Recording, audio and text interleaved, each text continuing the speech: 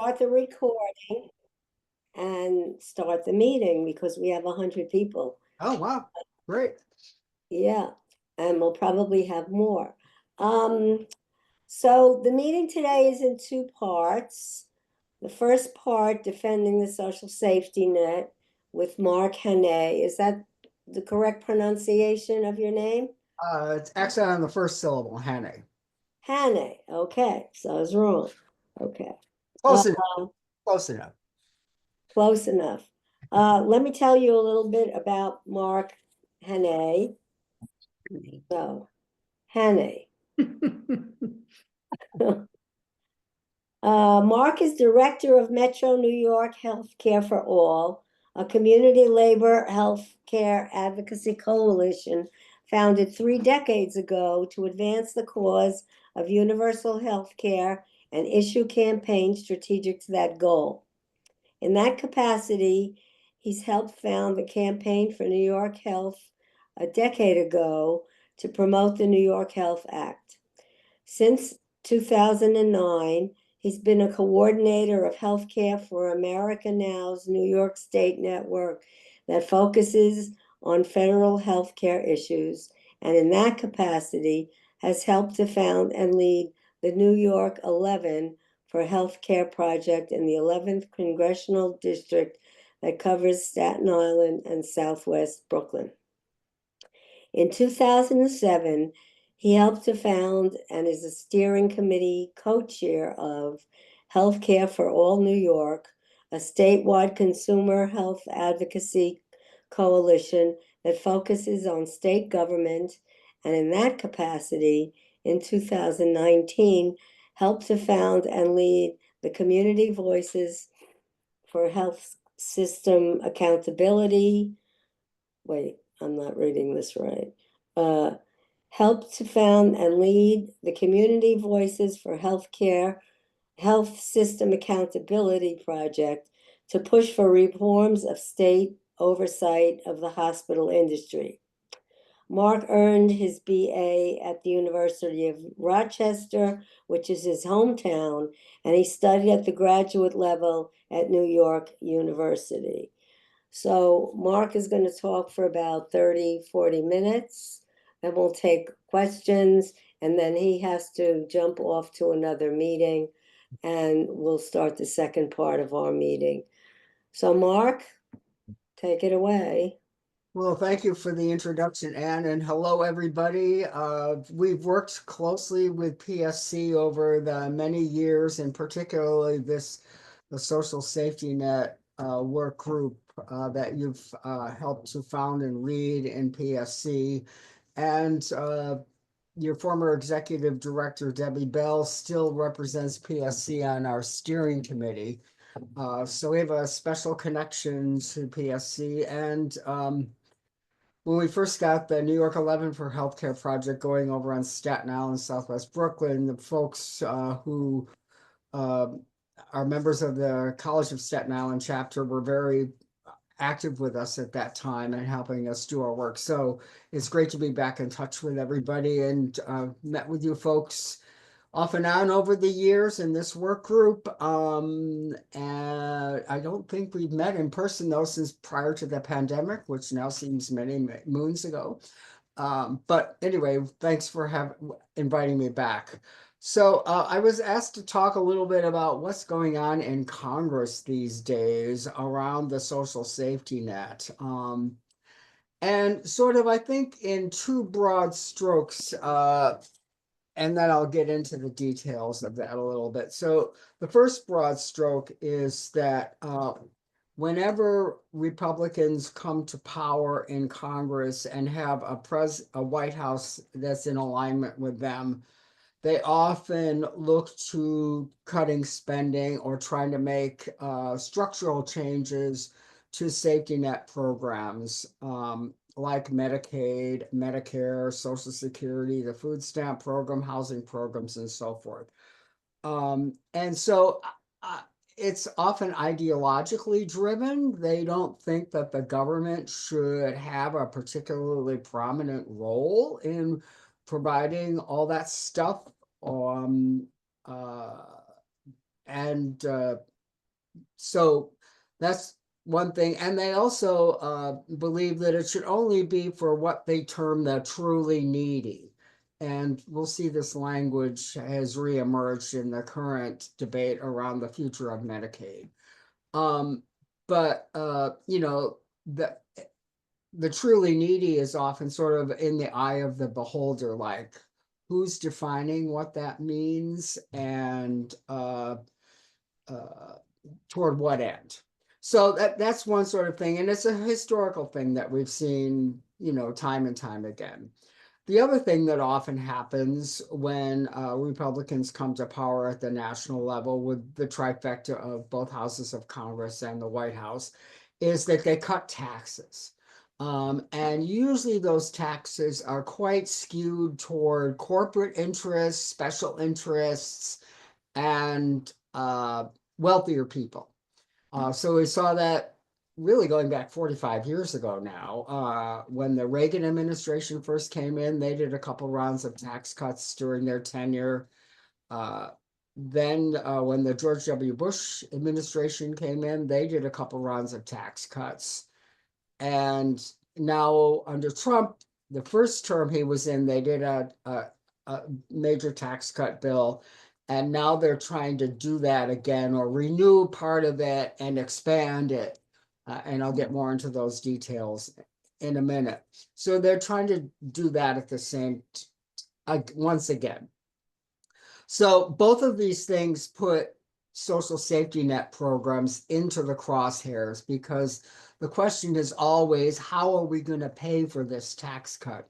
And in most cases, historically, at least in the past 45 years, they haven't paid for them. They've just dumped it onto the deficit and the debt, and figured they, figure that out later, because the number one priority was to pass the tax cut. It was not necessarily to worry about how to pay for it. If it, they come after the social safety net programs and other federal spending in order to sort of mitigate the cost of any of those tax bills. But first and foremost, they're going to do the bill regardless. And so I think it's kind of what we're up against in the current situation. What happened in 2017 under the first round of Trump tax cuts, the total cost of that tax bill came in a little under $2 trillion. So remember that number because we'll come back to the new number in a minute. And about 2/3 of that went to corporations in terms of tax cuts. They lowered the corporate tax rate. Now that, in addition to lowering the tax rate, corporations historically have all kinds of loopholes that they maximize to their full advantage. So that while on the books it might say the corporate tax rate, I think it's around 21% now, many of them are able to write off so much of their revenue and so forth that they pay little to no corporate taxes anyway. So at any rate, they lowered the corporate tax rate. And the other thing they did was they lowered the personal income tax rate. It was everybody got a little something, but it was heavily skewed toward wealthier households. Such that I remember when it happened, I did my own calculation and I myself got about a $600 tax cut for the course over the course of a given year, whereas much wealthier people got tens of thousands of dollars of tax cuts. Well, in order to bring that tax cut bill from 8 years ago under a certain dollar amount, they aimed for no more than $2 trillion. They made the corporate tax cuts permanent. So those are ongoing. But the personal income tax, they bracketed it to 8 years of expense. Whenever they do these big sort of bills under what's called the budget reconciliation process, and I'll talk more about that in a minute, you have to project out over a 10-year period, and all sort of has to add up in some way, shape, or fashion over a 10-year period. So they wanted to bring this tax bill in under $2 trillion over a 10-year period. So they limited the personal income taxes, and they're due to expire at the end of this calendar year. So that's what's really driving this tax cut bill right now is they want to both renew those personal income tax and make them permanent, just like they did 8 years ago for the corporate income tax. And they also want to lower the corporate income tax rate even further than it already is.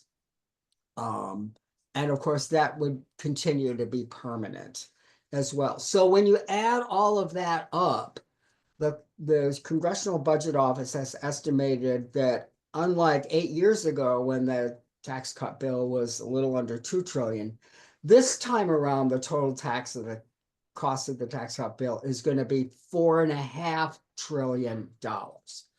So they've got to figure out how they're going to pay for that. So they've they're invoking this budget reconciliation process. They want to do this, the Republican majorities in both the Senate and the House want to do this on their own. They are not talking to Democrats about any of this.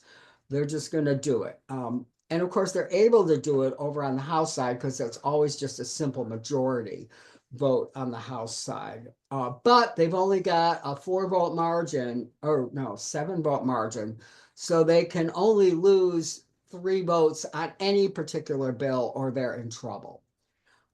So they've got a very narrow margin that they're playing with, and there are various factions in the House that they've got to kind of appease in various ways who have different priorities around this tax cut bill.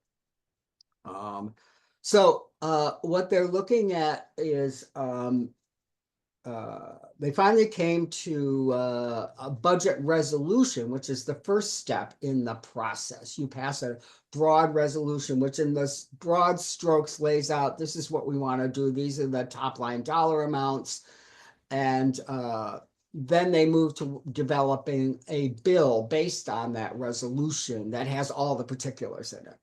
And that's what they're in the middle of right now. Just before the Easter Passover break, they passed their resolution that both the House and Senate agreed upon. And now they're back after that. They've been back for a week. They'll be back for another 3 weeks. And the goal in the next step of this bill process is for the House to move and do its thing on it by the end of this month, which is a very ambitious deadline, and they're already sliding behind. And it looks like they're probably going to not make that deadline. So by doing this budget resolution process, they have to project out 10 years, and they're able to forego the filibuster opposition process over on the Senate side if they follow 3 rules to do that. One is the bill can only deal with either tax increases or decreases, spending increases or decreases, and stuff around the federal debt. And it has to deal directly with those things, the bill's provision. If it deals with anything else, any other policy issues that are not directly related to one of those 3 things, they can't do it in a budget reconciliation process to skip the filibuster. They have to go through instead what's called regular order. So they want to avoid the regular order on the Senate side because they only have a 4-seat majority there, and they know they'll never get the sufficient number of Democrats to join with them on the project so that they could overcome a filibuster. So that's why they're invoking the budget reconciliation process. And this is something that Congresses do from time to time, not every year, but usually when they try to do something big and ambitious, and both parties have done it. So it's not anything new. That's how they passed the first round of Trump tax cuts 8 years ago, was through that process. The Democrats 16 years ago passed the Affordable Care Act that way. And 3 years ago, they passed the Inflation Reduction Act through the budget reconciliation process. So it's used on both sides of the aisle. What the budget resolution lays out is a total cost of this bill is about $7 trillion. About $4.5 trillion, as I said, is going to be to renew and expand these corporate and personal income taxes. There's some other tax cut things that the Trump administration is pushing for, like getting rid of taxes on Social Security income and tip income and stuff like that. They want to increase federal spending by about $2 trillion for things like border security, the Pentagon, deporting people, a bunch of stuff around all of that. So that's what leads to the $7 trillion figure. So they've got $7 trillion. They got to figure out, okay, how are we going to cover at least some of this? It's not all of it. What they want to do is cut a minimum of $1.5 trillion from mostly social safety net programs. The big item under that, about 60% of it, is healthcare. Most of that is Medicaid. Then the other things is food stamps and other food programs like Meals on Wheels and free school lunches and a bunch of stuff. And I'm not an expert on that stuff at all. Stuff around housing vouchers, funding for public education, particularly Title I schools. And again, I'm not an expert on any of that. So at any rate, all of that adds up to about $1.5 trillion as a minimum. And if they have authorization to cut more if they want to and can do that. And then the other sort of rest of the money, they're just going to throw on the debt pile, which is what they've done before. And the current federal debt is at about $36 trillion, which is pretty high. And experts on both sides of the aisle say this is getting to be problematic and Congress needs to do something about it. And this is a historical thing that has built up over really since the Reagan administration came in, of building up debts, annual deficits that then create this huge debt pile over the years. And a lot of it is driven by these unpaid tax cuts that they've done cycle after cycle after cycle. And then the other is spending things that Congress hasn't paid for. And interestingly, those things have also primarily come under Republican administrations and Congresses. Like when they passed the Medicare Modernization Act 2 decades ago that created the Part D drug program and jump-started the private Medicare Advantage program. That bill was completely unpaid for also. So you often hear the Republican rhetoric is like, oh, deficit spending is terrible and we have to pay down the debt and everything. Yet when they get in these circumstances where they want to do things, they don't think twice about adding something to the debt pile. So in the eyes of many of us, it's quite a lot of hypocrisy, but that's my editorial comment. At any rate, so they're working on this bill to move forward. And as I said, one big piece of it is around Medicaid. And so a whole bunch of forces are coming together to protect the Medicaid program. Now, just to provide a few fact numbers, and I don't want to snowball you with all this. Medicaid and its sister program, the State Child Health Insurance Program, which was created under the Clinton administration. Medicaid goes back, it'll be 60 years, it's 60th anniversary this year, Medicare and Medicaid. CHIP goes back about 30 years. But anyway, you put those two, they're both, CHIP and Medicaid are both what they call state-federal partnership programs, where the federal government provides broad guidelines and seed money, and states are asked to kick in some of their own money also, and the states kind of run the programs on the ground. So every state's Medicaid program and CHIP program looks a little bit different. No two are exactly alike. Et cetera. So there are about 80 million people on those two programs together. It's the largest federal healthcare program in the country. And at its core, it's an insurance program for low-income people. But over the 60 years of its existence, it's grown to become multifaceted. So it covers a lot of pregnant women, it covers elderly for long-term care, both in the community and nursing homes. It covers it steps forward a lot in public health crises, like it was a huge source of support during the COVID-19 pandemic to states. It it covers a fair amount of veterans. It covers people when they lose their jobs and go on unemployment. And so, et cetera. Anyway, it's become this program, and a lot of people benefit from the program, as it should. And here in New York, we have about 7 million people total on Medicaid. Both the traditional Medicaid populations when Medicaid was first created, which was families with dependent children, the children in those families, elderly, etc., people with disabilities. But it's been expanded over the years, particularly when the Affordable Care Act came along in 2009. There was a broad expansion of Medicaid there for what's called the working poor. About 20 million people now are, of the 80 million, about 20 million are what's called the working poor. They're low income, they qualify for that, but most of them are working people in low wage jobs that in many cases don't offer health benefits, or if they do, the out-of-pocket premium payment and so forth is not something that low-income people can afford to buy into.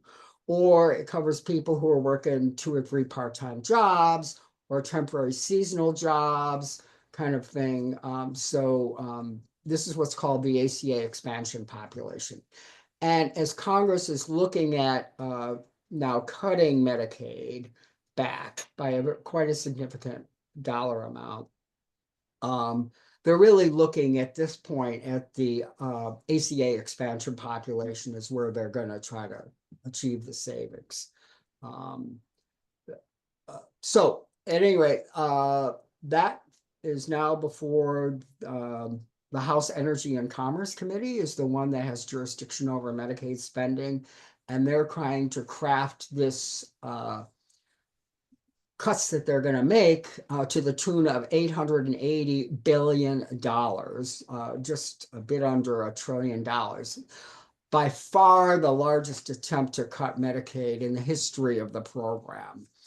And so a lot of people are pushing back, both because of what it means for the people who will be directly impacted in their families and their community, but also their communities, because Medicaid, in addition to being an insurance program, it's also become a fundamental financing program for the healthcare delivery system that everybody relies on, no matter what kind of insurance we have. So those are hospitals, nursing homes, community health centers, home care programs, and the like. So we're all at risk with these Medicaid cuts.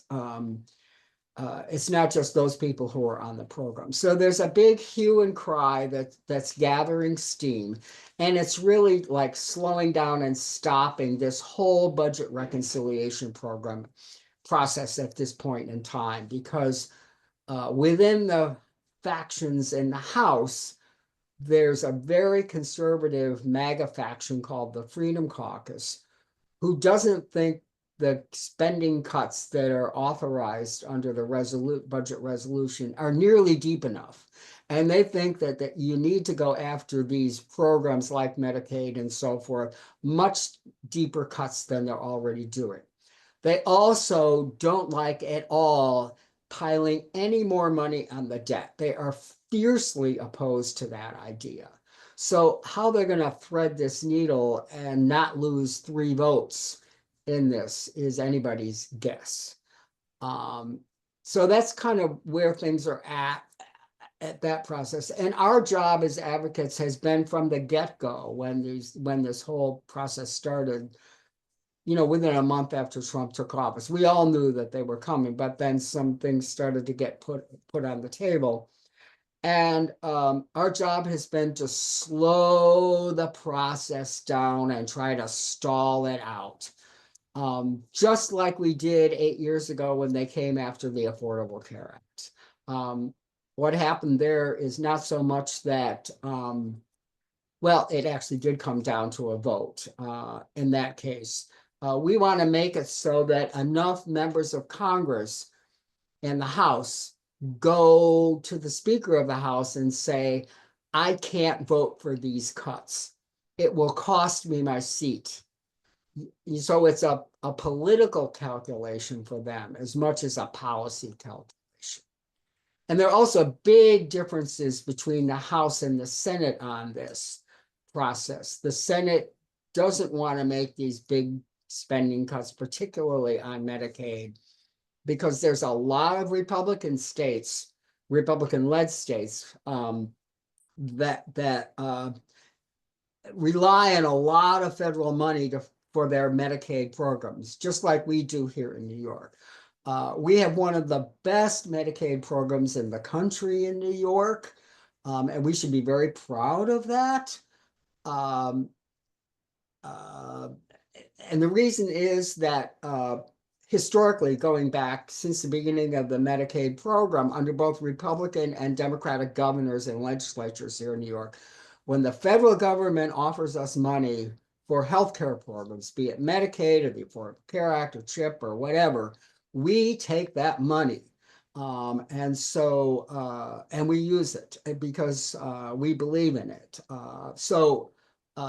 We've got a lot at stake, and so do a whole bunch of Republican states. And so senators, because they have more of a statewide perspective on issues, because they have to, they represent a state, not just a particular congressional district within a state.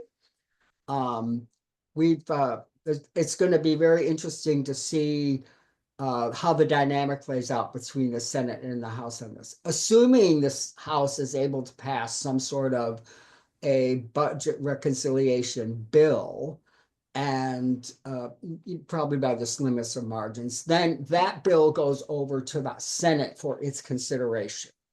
And it's likely that the Senate will make some major changes to it at that point. And when they get done with it, then that bill will go back over to the House for its consideration. And at that point, it'll probably be sort of a take it or leave it proposition for the House Republicans. Either they vote for whatever the Senate sends over to them, or the whole thing dies. That's our goal, is to slow it down so that we can go out and talk to the public on this and get them to understand what's happening, what's at stake, what they can do, what it means for them and their families and their communities.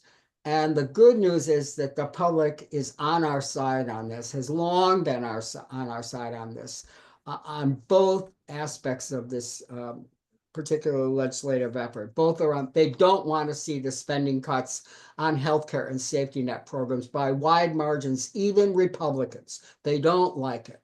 They also don't think that they want to see tax cuts that are skewed toward, yet again, big corporations and the wealthy. And when you put those two things together in a package, they really don't like it.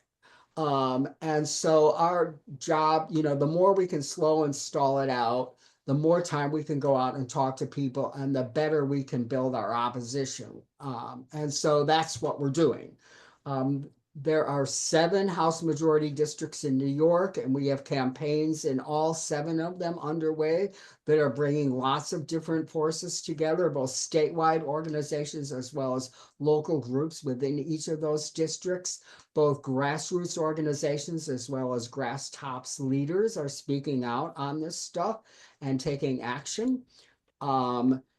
So those 7 districts, there's 2 out on Long Island in Suffolk County. The 1st congressional district, which is the East End plus the North Shore of Suffolk, that's represented by Nick LaLota. There's the South Shore of Suffolk County, which is Andrew Garbarino. Then we have 1 district here in New York City. It's all of Staten Island plus Southwest Brooklyn, represented by Nicole Malliotakis. We have 1 district in the lower Hudson Valley that is Rockland, northern Westchester, Putnam, and a little bit of Southern Dutchess County. that's represented by Mike Lawler. Further upstate, we have in the North Country, above Albany, in that area, the Adirondacks, represented by Elise Stefanik. We have the Southern Tier district that also snakes up and covers a bit of the Buffalo suburbs. That's represented by Nick Ladoda. And then we have a very large district, mostly rural, that runs all along in central New York and western New York, all along the Lake Ontario shoreline, except for the Monroe County and city of Rochester. And that's represented by Claudia Tenney. So we have activities going on in these districts. And the good news is that at the very beginning of the last congressional break, 13 Republicans signed more moderate Republicans, and I use that term in quotes because they're all conservative, but they're not quite as hardcore as the MAGA House Freedom Caucus faction. They signed a letter to the House leadership saying, we will not vote for any bill that cuts Medicaid for what they term vulnerable populations. And again, this is where we see the historic bifurcation where Republicans talk about safety net programs as if there's those who truly need it, and then there's a bunch of everybody else. They don't say it explicitly, but the implication is there's a bunch of freeloaders over here that are getting this program and they don't need to be getting it and they shouldn't be getting it. We should kick them off the program.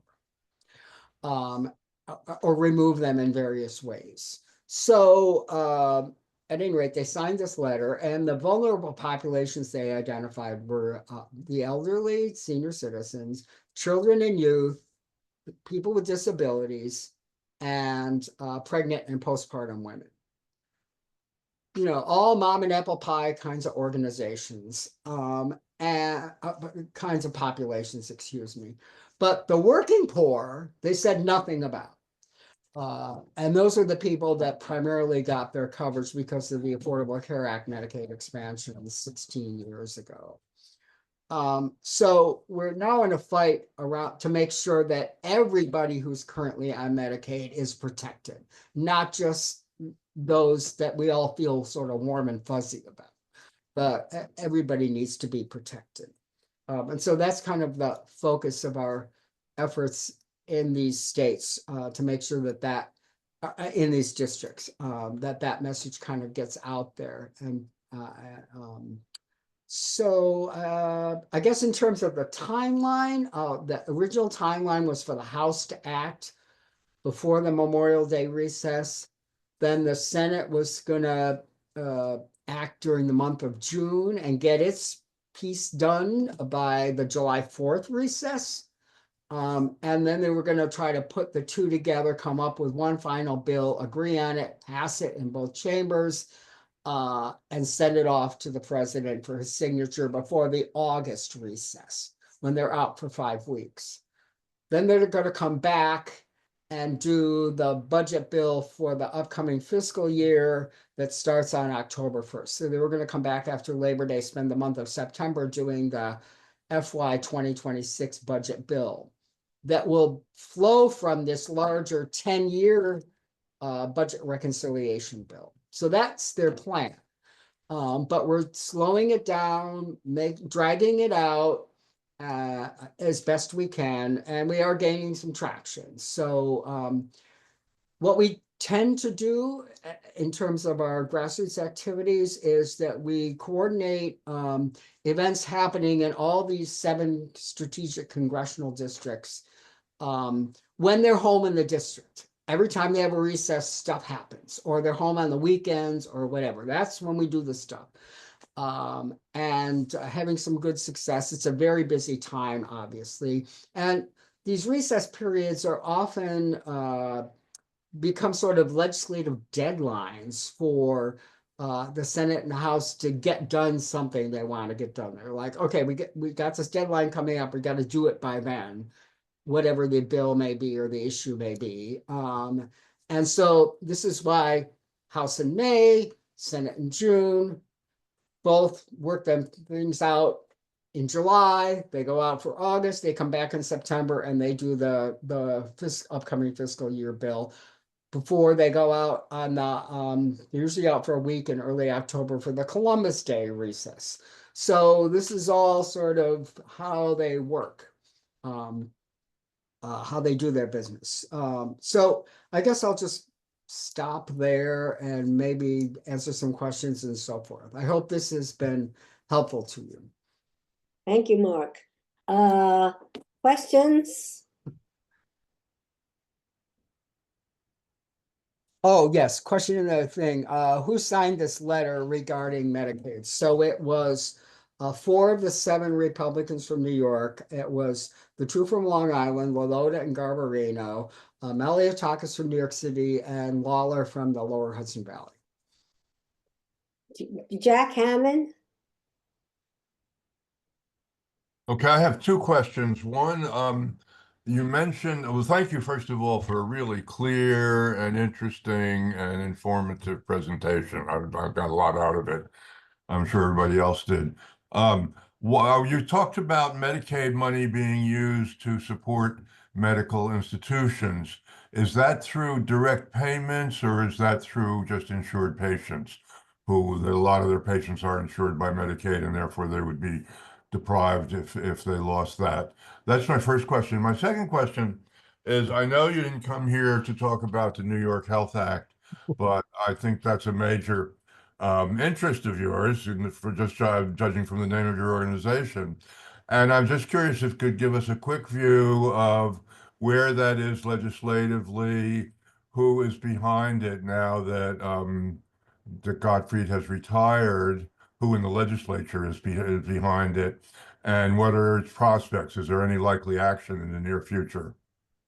Okay, so for your first question, the healthcare delivery system gets Medicaid money in both ways that you asked about. So they get it obviously from patients who come to them for services that they're able to bill Medicaid for.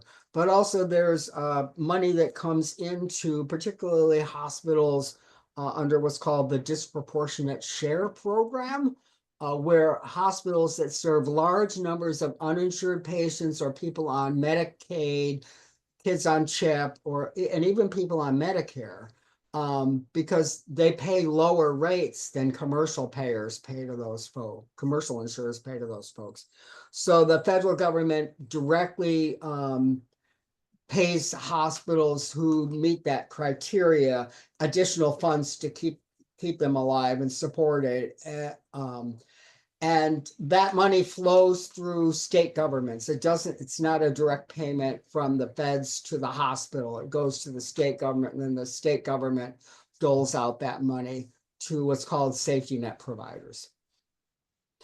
In terms of the New York Health Act, it's a new legislature this year. I don't know if the bill has been formally introduced yet. I think everybody has been waiting for the state budget to get done. And that, of course, has been dragged out now an extra month, and I think they're going to be finishing up that process this week. And so what I would expect would be the bill will be introduced at some point after that.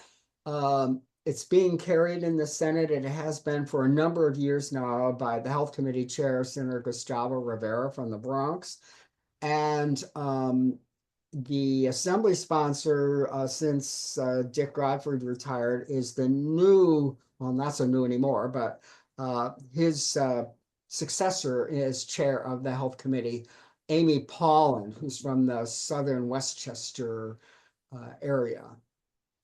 So I think, the bill will get reintroduced. It'll have new bill numbers because it's a new session of the legislature, and we'll be off and running from there. And the first step will obviously be to try to move it out of committee in both chambers.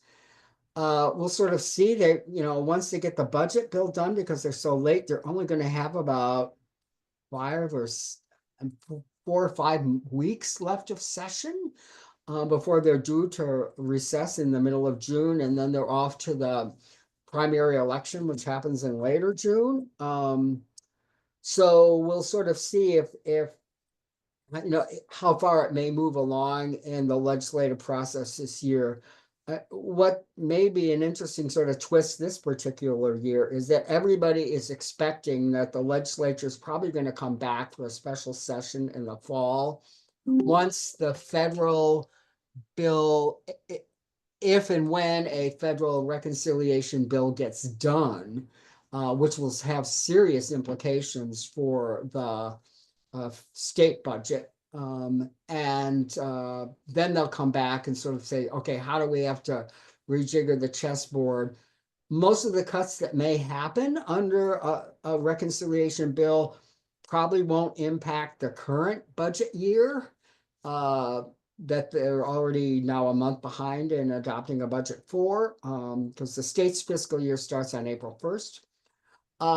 But the implications will be certainly serious for the subsequent fiscal year FY 2027 that they'll take up next year.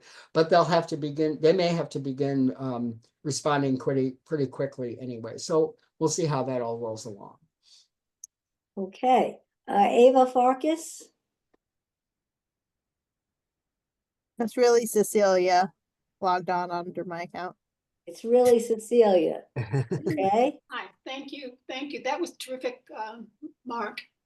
I've been with the Social Safety Net Group since its inception.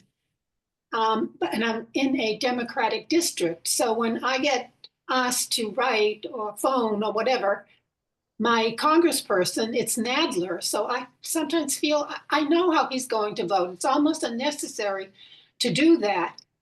So I'm just wondering how someone like me who's in a Democratic district can participate in this this slowing down of what Congress is trying to do. Can some people like me be assigned to Republican districts and focus on Republican districts as opposed to our own Democratic district?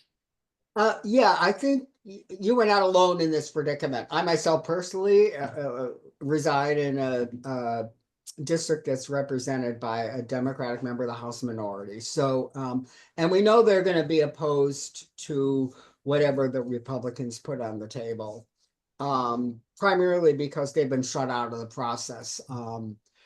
But and also ideologically, they're opposed to a lot of the stuff that the House majority is trying to do.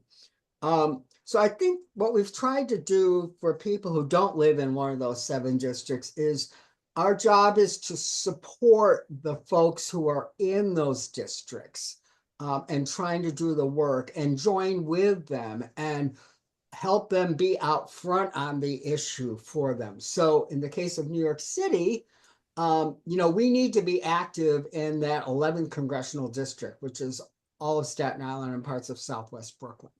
We need to be supporting there. I guess there are some CUNY campuses. Obviously, College of Staten Island is there, and there may be a couple of community colleges. Perhaps the Brooklyn Community College might be in her district. I don't remember the exact contours of the district, but at any rate, we need to be working with folks in those districts to be part of this. I mean, part of the thing, and you would know more about this than I, because I haven't researched this. Kingsborough. I knew there was a name for it. It wasn't coming to me. Thank you. They're coming after higher education funding, student loan programs, and so forth as part of this package. And you guys know more about that than I would, because I don't track that stuff in and out day to day. But yeah, we need to be working there. So I would say, I presume there are probably some people in this meeting today that are either are retired from or teach at College of Staten Island. So I don't know what, I presume you may be working on the stuff that's directly related to higher education in this whole process.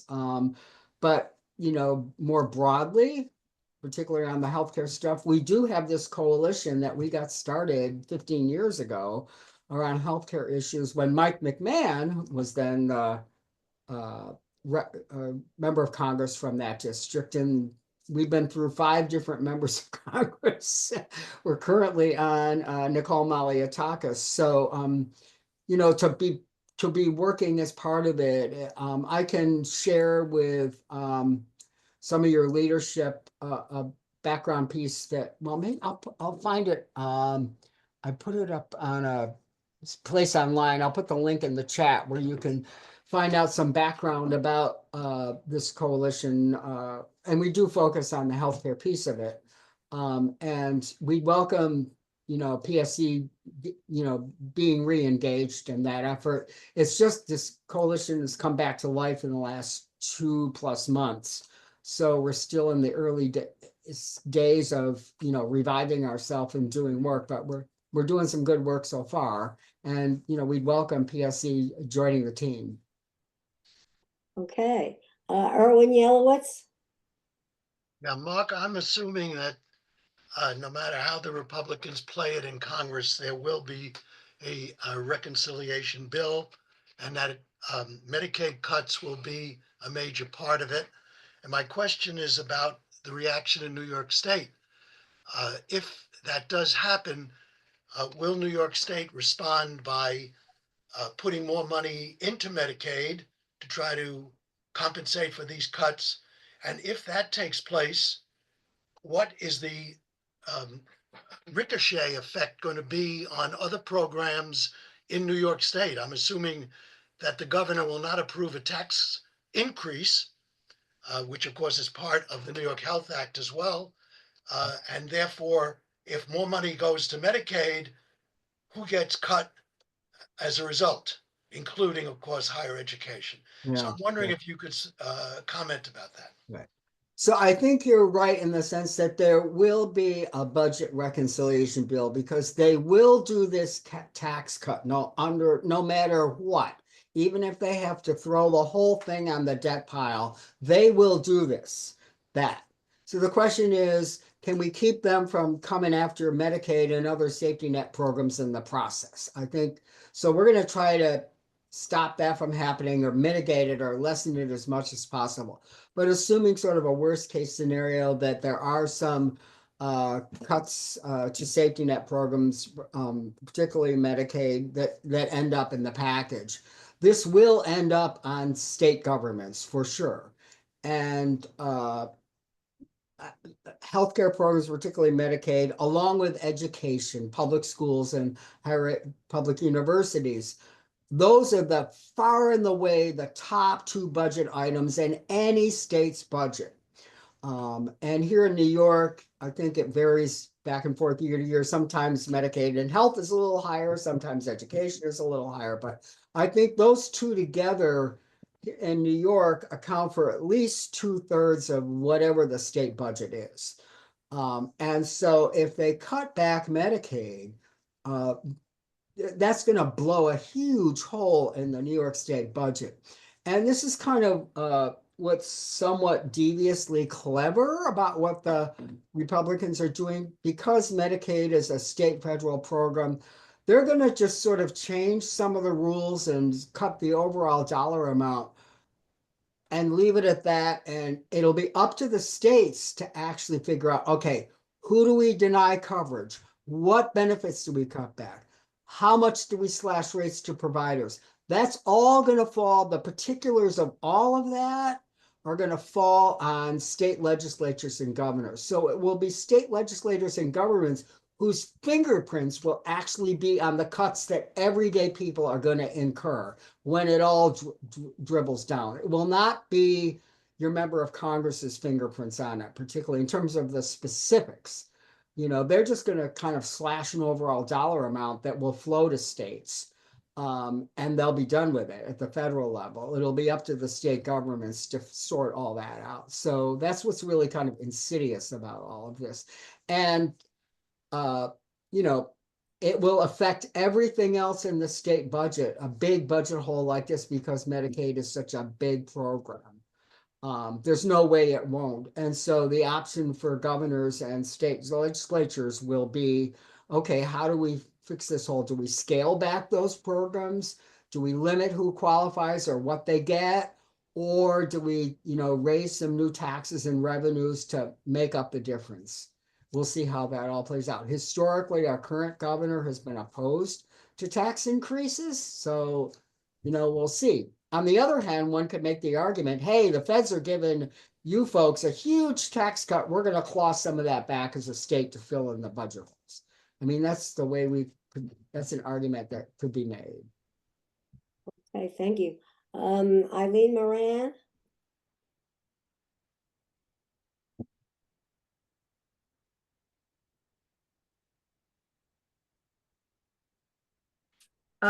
Basically, I think that you have already answered my question, because I was concerned that what the Republicans would do as a tactic is do bait and switch and just change the eligibility requirements so their fingerprints weren't on the change, and they could say they didn't vote for cuts because they would force it. So you're basically, I think, suggesting that the state will be stuck with that. Yeah, so I think what they're thinking out now is that the two ideas that are floating out there in terms of spending cuts on Medicaid. So one idea is to cut the amount of money that they give to states for the ACA expansion population that happened, the general vanilla, regular, everyday working poor people. Right now, the way that works is states get about, the federal government pays for about 90% of that expansion. So I think what they're thinking about is lowering that by some degree, perhaps down to what the regular Medicaid rate is for the traditional Medicaid population. And that varies by state depending on how wealthy the state is deemed according to federal rules. And in New York, because we are certainly what's deemed a wealthy state with Wall Street sitting here and so forth, we get a one-to-one match for Medicaid. So every dollar that we spend on Medicaid that we put on the table, the federal government matches it with $1. Other states, they have a higher matching rate. So one proposal is to lower the ACA matching rate down perhaps to as much as the regular Medicaid rate for states. So that would certainly be a big deal for us here in New York because we only get a one-to-one match. The other idea that they're talking about is what they call work requirements. And I really don't like to use that term because it reinforces a whole idea about people on Medicaid in that most low-income people who don't fit one of those special categories are already working.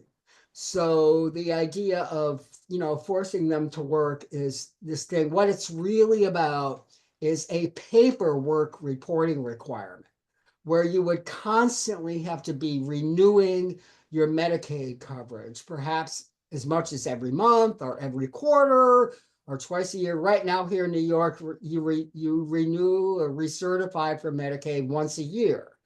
And even that, some people have been talking about for a while now, we should think about extending that out.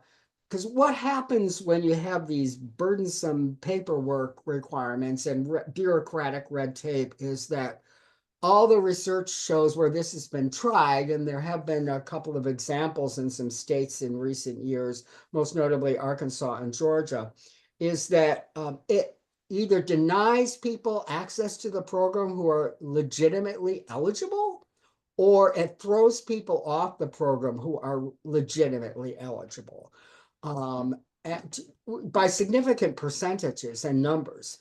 So and the Republicans, they know that this is it. So what this work requirement thing, it's not about requiring people to work, first of all, because most of them now already do work. But secondly, they know that if they institute this system, what it's going to do is it's going to throw people off the program and deny them access to the program in the first place. And that's how they'll get the numbers down. It's very cynical.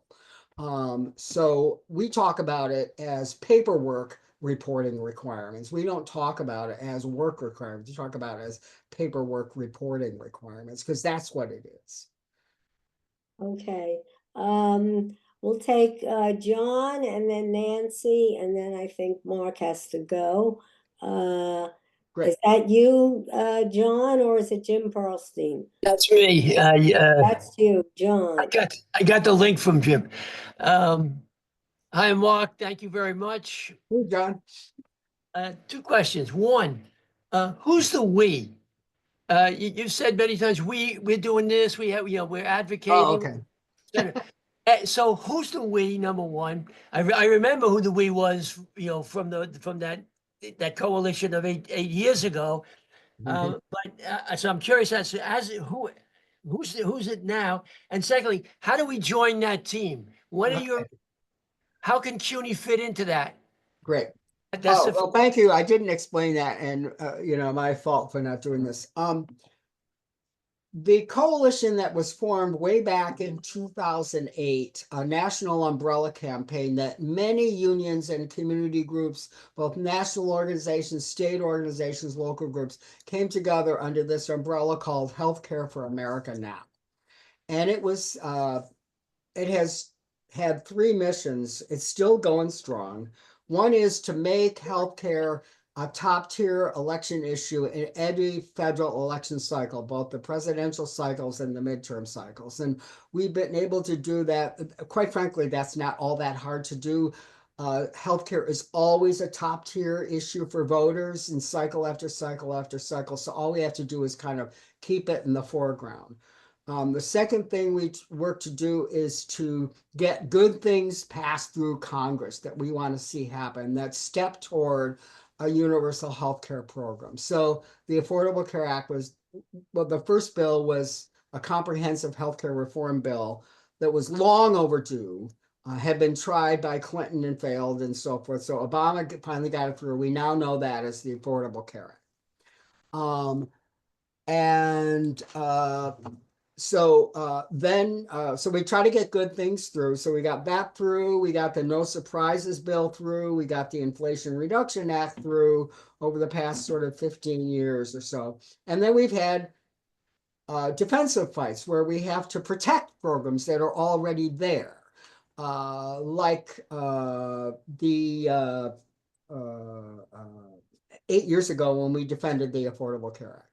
So the Healthcare for America Now has state networks across the country. So we have one here in New York. It's called the Healthcare for America Now New York State Network. And my organization and I coordinate that network. And we meet every Wednesday at 12 noon. And we welcome somebody from PSC to be part of those meetings every week to keep you informed. And we'll put you on an email list and all that kind of stuff. So that's who the we is. Okay, thank you. Nancy Romer. Hi, Mark. Thank you so much. It was a great, clear presentation. Get you on the road.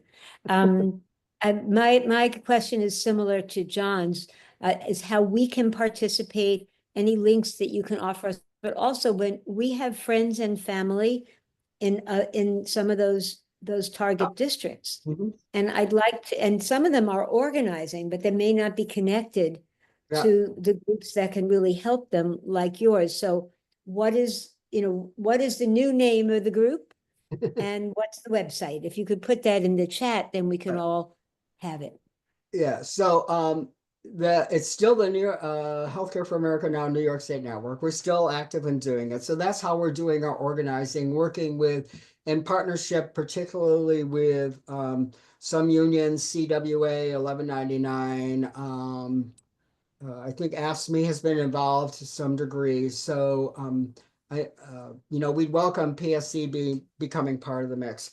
So I think, and three things we're asking people to do in broad areas. One is engage the local member of Congress. Well, four things I should say. Engage the local member of Congress, phone calls, letter writing, all those traditional sort of things. The second thing is get out in the streets. Because it helps bring other people out, and it shows that people care about this issue and you're watching what's happening.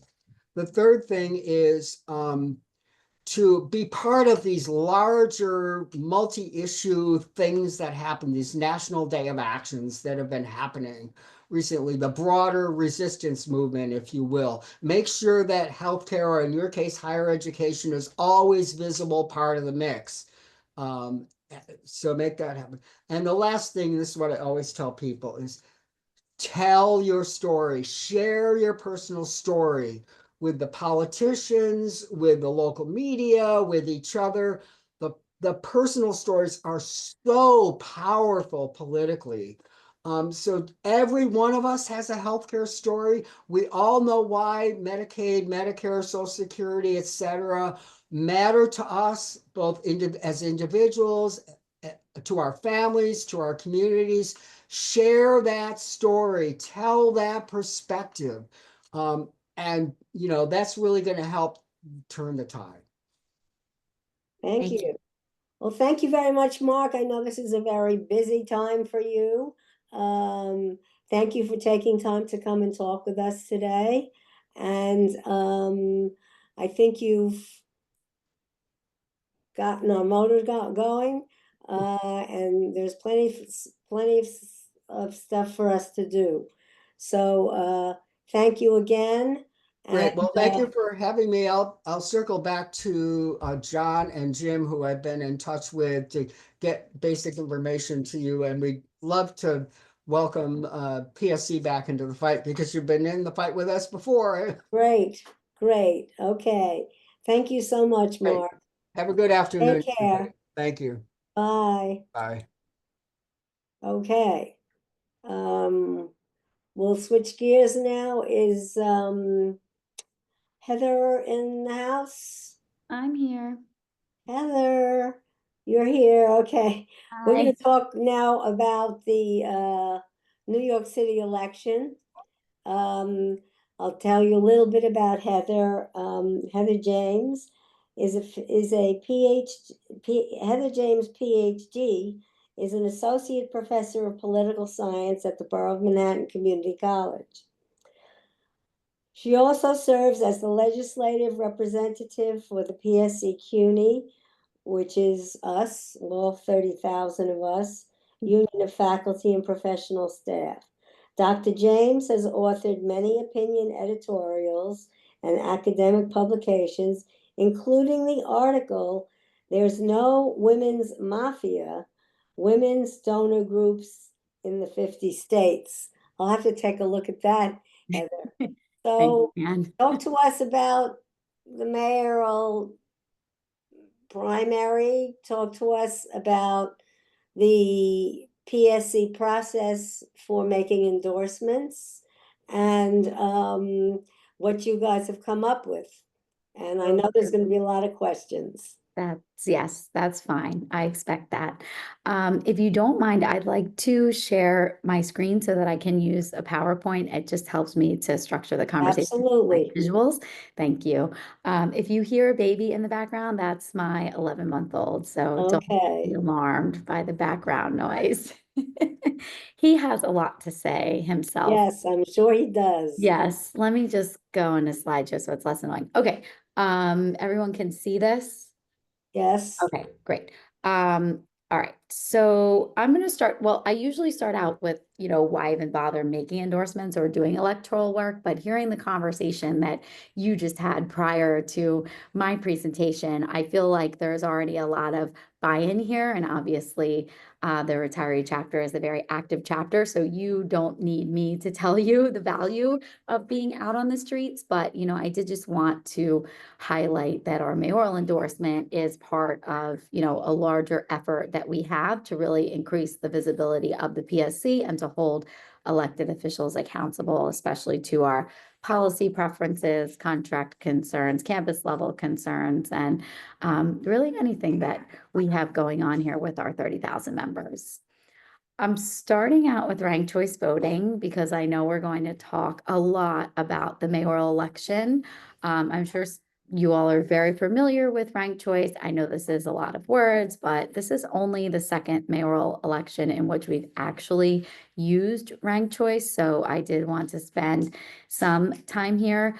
In a ranked choice system, you can't just win with a plurality. You need an actual majority to win. So 50% plus one, which means that we go through multiple rounds until we actually get a real majoritarian winner. There are 11 candidates registered in the Democratic primary for New York mayor, and folks can rank their top 5. And I hope that you will all rank 5, which I'll talk about in a little while. So ranked choice voting came to New York and many other places as a reform measure to help combat the issue of minority rule that we see in first past the post, or our winner take all system. So this is just a little example I'm giving of a federal Republican primary. And as you can see, the winner of this primary was the preference of only about 28% of the people who voted. So this was a plurality victory and not one that really represented the majority voice. So the idea of ranked choice voting is that it is actually more democratic with a little d and more majoritarian. So you get to pick several people that you like. I'm not going to play this for you, but I will send this link around if folks want. This is a little video that I like to use when I talk about ranked choice voting. It just uses Post-it notes to demonstrate going through the multiple rounds of ranking until one candidate does actually get 50%. And yeah, it's free and short, so like that. Some common problems with ranked choice voting: don't fill in an oval, more than one oval for a candidate. That's not a way to cheat the system. It'll invalidate your ballot.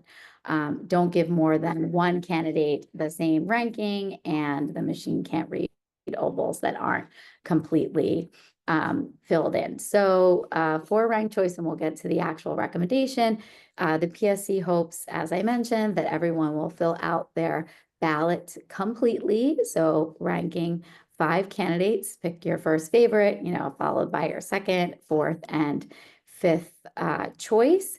All of our endorsements this time have used the logic of ranked choice voting. Up there is a little video from NYC Votes that you can also play if you want to. They note that you can bullet vote or choose only one candidate, even in ranked choice. But while you can do that, you should not, because the best way to stop a candidate that you don't like from getting elected is to make sure you fill in the ballot with 5 other names. So I'll use the example of current Mayor Eric Adams, who has not been a friend to CUNY. He became the Democratic nominee after 8 rounds of ranked choice tallying, and he was many people's 4th and 5th choice. He did not win by a large number of votes, but being ranked lower in the ballot actually did create his victory. So I think we should just listen to Susie Gomez, who says, cut out those that you couldn't live with and don't rank them at all, right? So rank 5 palatable choices to ensure that we don't get a bad outcome for the PSC.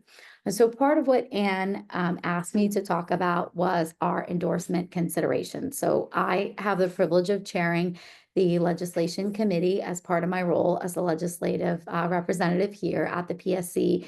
And whenever we're thinking about a policy or a candidate, we try to use the same sort of PSC hat and PSC rubric questions for ourselves, in addition to obviously what the candidate says and what they submit. So these are 7 points that we tend to think about when we're working through thinking about what it would mean to endorse a candidate on behalf of our union. Of course, we can't always agree, right? But we do try to think from the CUNY perspective.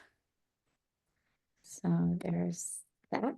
I won't torture you with reading all of those. So we don't just have mayoral endorsements this time around. We have a whole list of city council endorsements as well. You can find those on our website. This is an example of what our graphics look like for city council endorsements. There are a lot of very important races, including 5 that we are really prioritizing this year. Some of you might recognize Shahana Hanif from the retiree healthcare fight.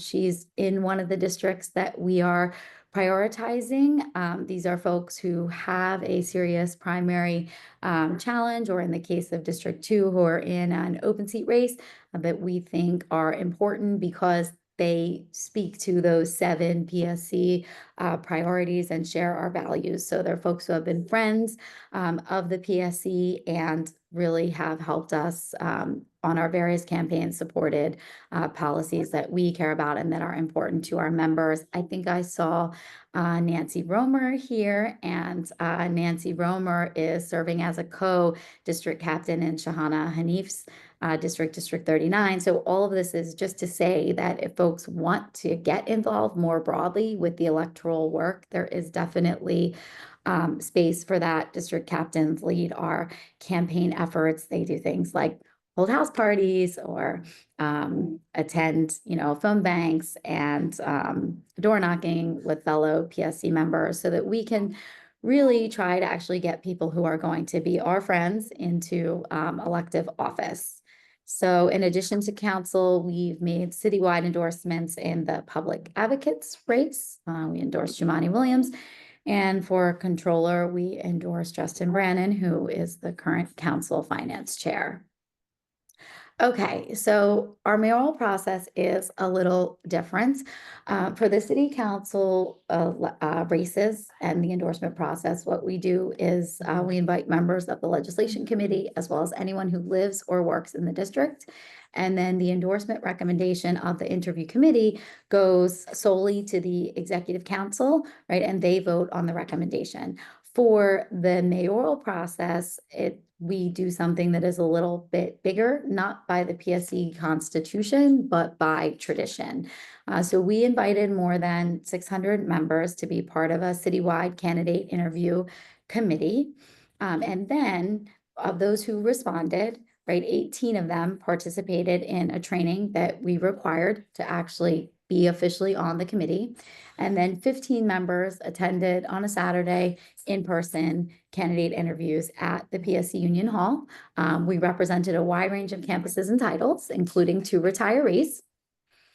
After we held the citywide interviews in person, and then we had a couple that need to be on Zoom after, unfortunately, the committee conducted a straw poll to discuss its preferences.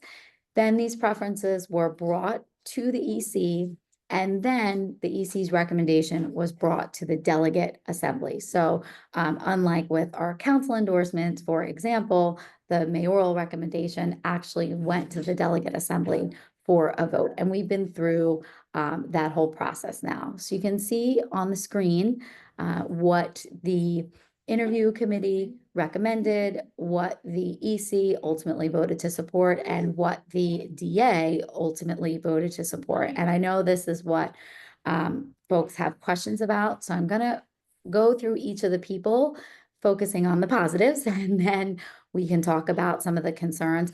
I just want to highlight the committee and the EC again, really wanted to use a ranked choice voting strategy. We wanted to rank 5 people. And part of that, well, now that Mayor Adams is an independent, part of that is specifically so that Andrew Cuomo could not sneak onto the ballot. We have some very serious concerns about Andrew Cuomo, including with regard to Medicare and Medicaid, which I heard being discussed here earlier. So it is important to us that he not win the Democratic mayoral primary. And quite frankly, he is polling very far ahead right now. I know that people are in the chat because I can see the bubbles coming up, but I can't actually see the chat in screen share. So whatever is being said in there, I don't know what it is. Okay, so here's the actual ballot order for the mayoral primary. This just came out last week. This is done by random draw. So it's complete luck of the universe where you will fall on the ranked choice ballot. One of our endorsed candidates actually ended up in spot 1. There's a lot of research that shows there's as much as a 10% bump for being in spot 1. So this is very, very fortuitous for Mamdani. One of our other endorsees ended up in spot 10. So that's less fortuitous for him, but this is the actual order that you will see if you're voting in the Democratic mayoral primary. Okay, so again, this is the actual recommendation that people select in no particular order. Here they're in reverse alpha. Mamdani, Lander, and A. Adams. Not the mayor's not in there. And then, so that's in the top 3. And then in the top 5, filling up slots 4 and 5, Zelnor Myrie, and Jessica Ramos. All right, so why Mamdani specifically? So again, thinking from the PSC perspective and what we of course believe matches our values, Mamdani has been a key ally in Albany. He sponsored our Repair Act legislation that I think some folks here have been a part of, to ask Columbia and NYU to pay property taxes and then channel some of that funding to CUNY. They're very large landholders, but currently pay no property taxes. His campaign has vastly exceeded expectations. He has undeniable appeal. He went to CUNY, was very popular with our people, and now he's in ballot position 1. So he has a pretty strong campaign. We're also encouraging folks to rank Brad Lander in their top 3. He has a long history with CUNY. He's the current controller. He knows our financial issues. He's been instrumental in our Repair Act campaign. There are several reports authored by Lander showing the economic value of CUNY. He loves a good report. He's definitely a friend. He's the only progressive candidate who has won citywide office. So despite his ranking down in number 10, we do believe he has a strong shot. This is also sort of his last hurrah. So he's really pulling out all the stops for his campaign. Some of you may have seen his commercials. He's been very out there. Okay, so this is Speaker Adams. This is the one where I expect the most questions, right? She's a CUNY alum from a family of CUNY alums. She has been instrumental as a foil to the mayor and the council, fighting for restorations and new programs for CUNY. Importantly, she also is strong in communities where Cuomo is strong. So we believe she stands the best chance of eroding his vote specifically and preventing bullet voting from him. So Cuomo is encouraging folks who are supporting him and endorsing him to vote only for him, a quote unquote bullet vote, so that no one else is empowered to move up in the rankings. And that is very dangerous for our strategy. You know, she stands out as a female candidate with experience. She knows New York City's operational politics. I sent an email in response to some concerns that were on the retiree listserv about Adams in the administrative code and 1096. So if that's something that's popping out for you here on this slide, I did link to a PDF of that email here, and I can certainly drop that into the chat just to help with some of the discussion. Why Senator Ramos, who we're encouraging you to rank 4 or 5. Senator Ramos has been a champion for workers as the Senate Labor Chair. She knows our issues again as the Labor Chair, and she's been a very strong advocate for the Research Foundation, which has been in very difficult negotiations over their own separate contract. Her campaign is a bit less strong, which is why we have her in 4 or 5, but she's definitely a progressive and a friend on PSC issues. Similar with Zelnor Myrie, he's a state senator. He's worked with our members at Medgar Evers. He's been an advocate in Albany and notably for the Brooklyn folks here. He did a lot to fight cuts to SUNY Downstate, which impacts us because the closure would have drastically diminished healthcare services in Brooklyn. So again, why 5? We really believe that Andrew Cuomo is a threat to CUNY and to all of us. He starved our colleges of funding as governor. He cut pensions, he increased tuition, he cost CUNY money with the Excelsior Scholarship. He is again polling very well, and we want to do everything we can to make sure that he doesn't become the mayor. This is one example of his proposed budget cuts to CUNY as governor. These are some of the things that he provided subsidies to while he was defunding CUNY. Obviously, he's a friend of privatization, which does not necessarily help us along any line. This is an example of him freezing funding during the height of COVID, which caused many, many adjuncts to lose their health insurance plans. We believe he is a danger to Medicare and Medicaid, which adjunct retirees rely on solely for their health insurance. Many adjuncts Medicaid, unfortunately. This is his attack on pensions. So we really know what he thinks of public sector workers, whatever he may say about, oh, he doesn't support MA plus, that doesn't mean that he's going to help us. He's responsible for tier 6, which vastly, vastly eroded any protections for public employees. And now 50% of all public employees are tier 6. So they have a much, much worse benefit system that awaits them in retirement that is directly related to Cuomo. Okay, so just really quickly, and then I will make sure I save plenty of time for questions.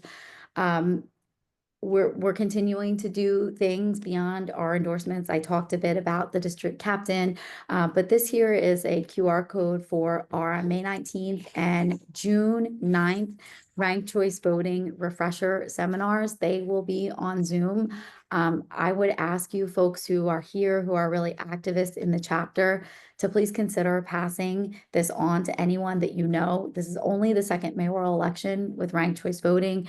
We do not know exactly how people will react. Many did not fill out their whole ballot last time. And again, that did help Adams win. We really want to make sure that all of our members and our students as well are educated about ranked choice and really understand how to use ranked choice as a strategy. So please, if you can, join us on May 19th, join us on June 9th.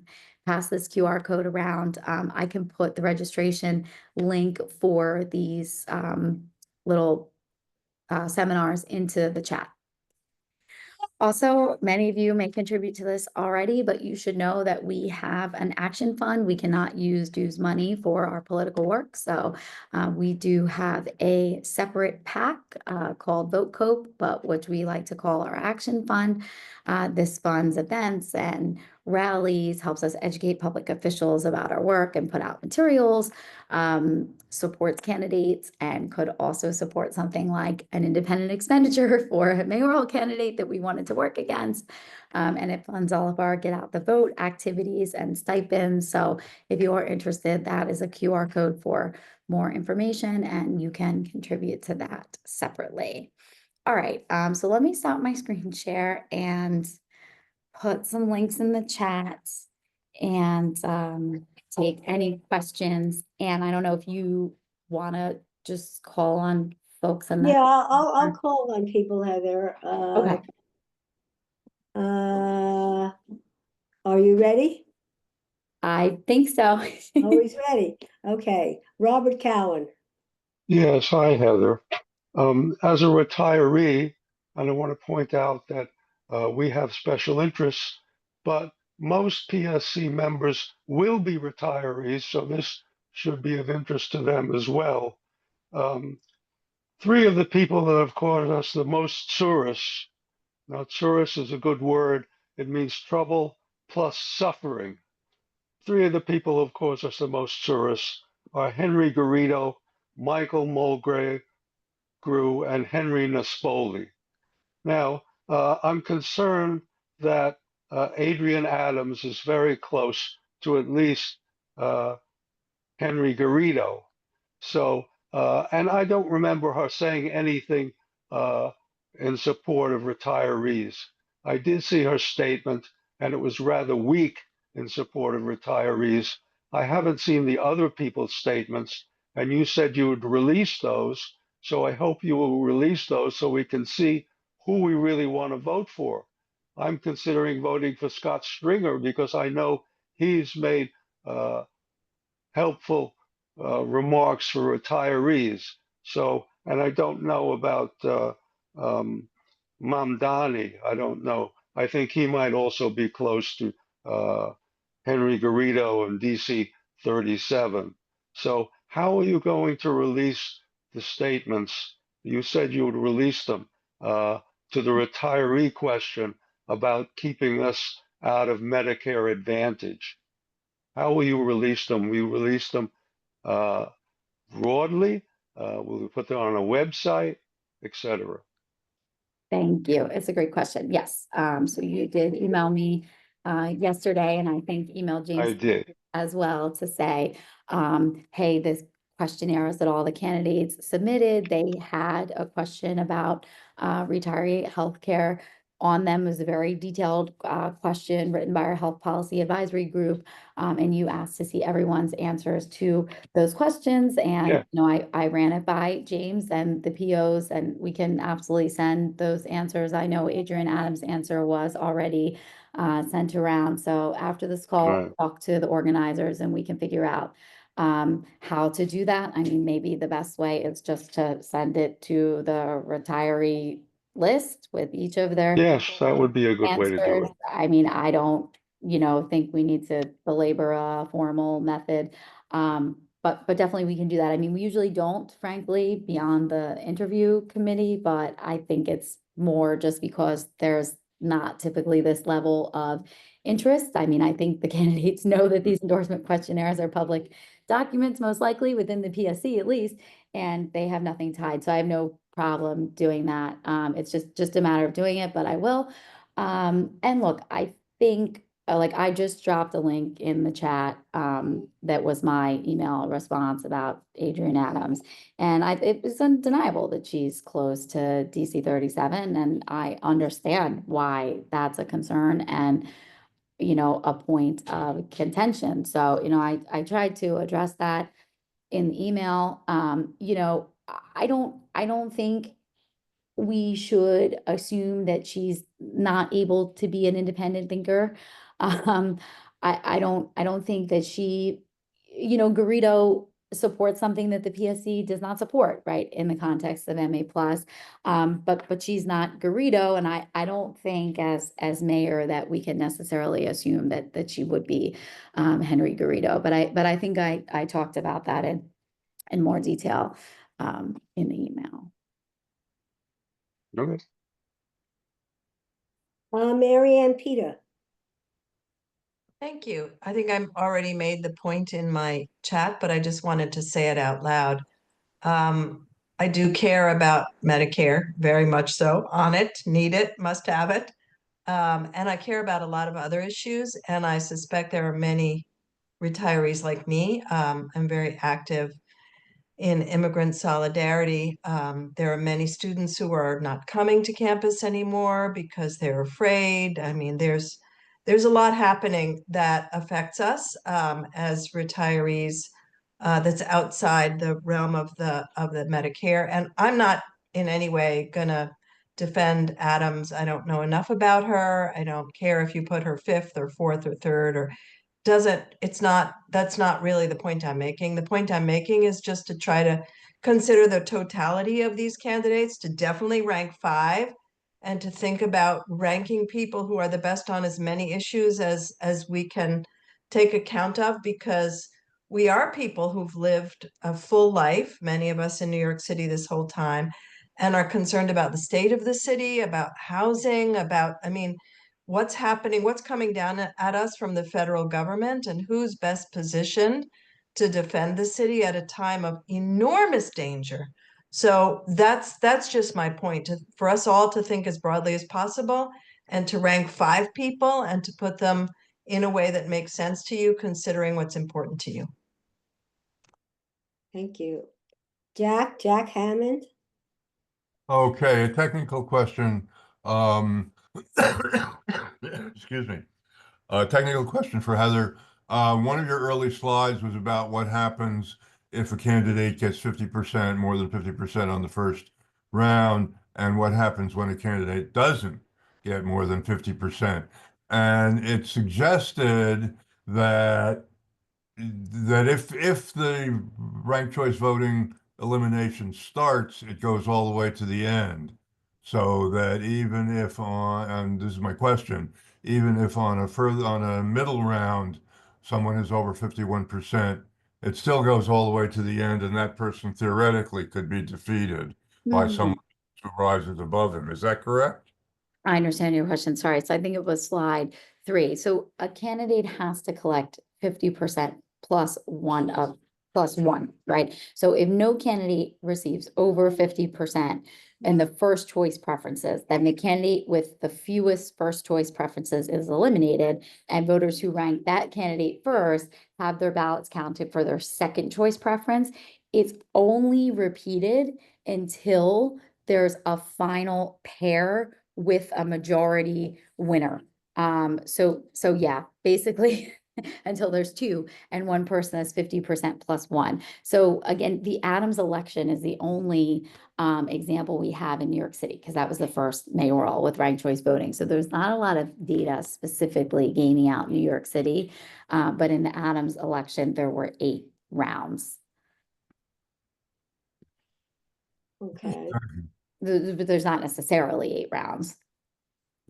Nancy Romer.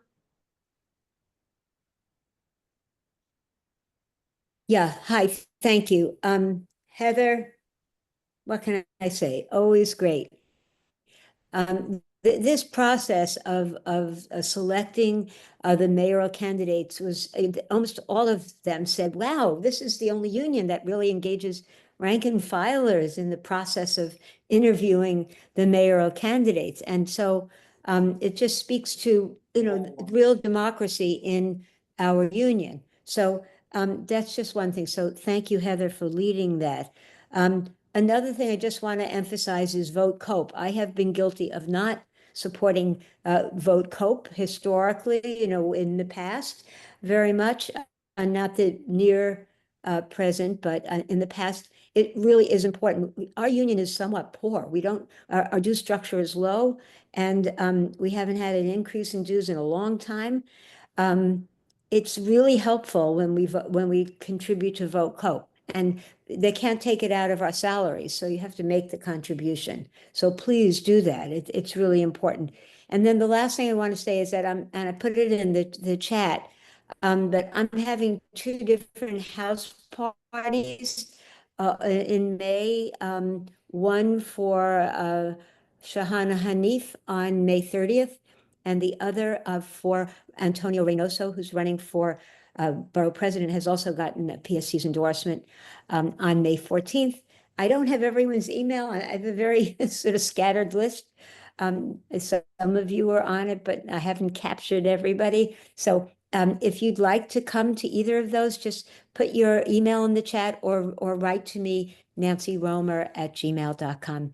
And it will be fun. It'll be nice to see people from the union and elsewhere, and to not just hear from these candidates, but ask them questions. And, one thing to say about the May 14th Antonio Reynoso party is that Brad Lander will be stopping by as well. So another opportunity to make your voice heard with these political leaders. So thank you. Thanks, Nancy. Dave Cuddlechuck. This is also a technical question. I didn't vote for 5 candidates last mayoral election. I will vote for 5 this time. And that's good. When you showed slide 3 with a lot of candidates, I think do you have any information about what percentage of the people who vote will fill out the form incorrectly by putting 2 people in either the same column or the same row? If you put 2 people in the same column or row, your ballot is out and forget about it. You didn't vote. So do we know what the error percentage is, or have there been any estimates? Nobody talks about, I'm going to check my ballot when I vote. I'm going to check my ballot. No 2 people in the same row, no 2 people in the same column. And that will assure me that at least my ballot will be counted. So what do we know about the error rate of people filling it out incorrectly when they have, 5 people all over the place? Heather, could you Do you know whether we have information about that?